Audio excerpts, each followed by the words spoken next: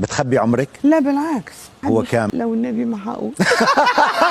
اتجوزت 5 مرات ومهتمة بصحتها وبتلعب رياضة، ما بتحبش الميك اب غير في المناسبات، وسر جمالها ورشاقتها في صحتها النفسية ونزول الجيم. على مدار سنين طويلة كانت النجمة نبيلة عبيد أيقونة للجمال في السينما المصرية، وسنة ورا سنة حلاوتها بتزيد، وفي آخر ظهور ليها خطفت كل الأنظار في حفل زفاف ريم سامي أخت المخرج محمد سامي. واتكلمت نبيلة عبيد عن إطلالتها في الفرح وإعادة رقصتها الشهيرة في فيلم الراقصة والسياسي، وقالت في تصريحات صحفية: الحمد لله، نعمة كبيرة حب الجمهور وحاجة بتطول في عمري لما بحس انهم اتبسطوا، مفيش حاجة غلط، لان لو في حاجة غلط بيعلقوا عليها. وعن ظهورها بإطلالة شبابية رغم وصولها لسن 79 سنة، تتمتع نبيلة عبيد بروح الشباب رغم ان عمرها قرب على 80، وبتبان طول الوقت في سن اصغر من سنها. قالت ان السر في كده انها بتراعي انها تفضل دايما في حالة نفسية كويسة، بتروح الجيم علشان تحافظ على رشاقتها، ده غير الطريقة اللي اتربت بيها من صغرها انها تهتم بجمالها ونوستها، وده اللي حمى بشرتها من التلف السريع، وبتبعد تماما عن التدخين، السجاير، الشيشه، السهر، الاستسلام لمشاعر الحزن والاكتئاب. وفي خروجاتها العاديه ما بتحبش نبيلة عبيد تحط ميك اب لان ده بيضر بالبشره وبيعجل من تلفها، وما بتحطش غير لو في مناسبه معينه او في التصوير. وكانت احتفلت نبيلة عبيد بعيد ميلادها في حضور عدد من الفنانين المقربين، منهم الفنانه صفيه العمري، رانيا فريد شوقي، الاعلاميه بوسي شلبي. وظهرت نبيلة عبيد وهي بترقص وبتحتفل وسط حاله من الفرحه ما بينها وبين اصدقائها. اخر اعمال الفنانه نبيلة عبيد كان مسلسل سكر زياده اللي اتعرض في رمضان 2020،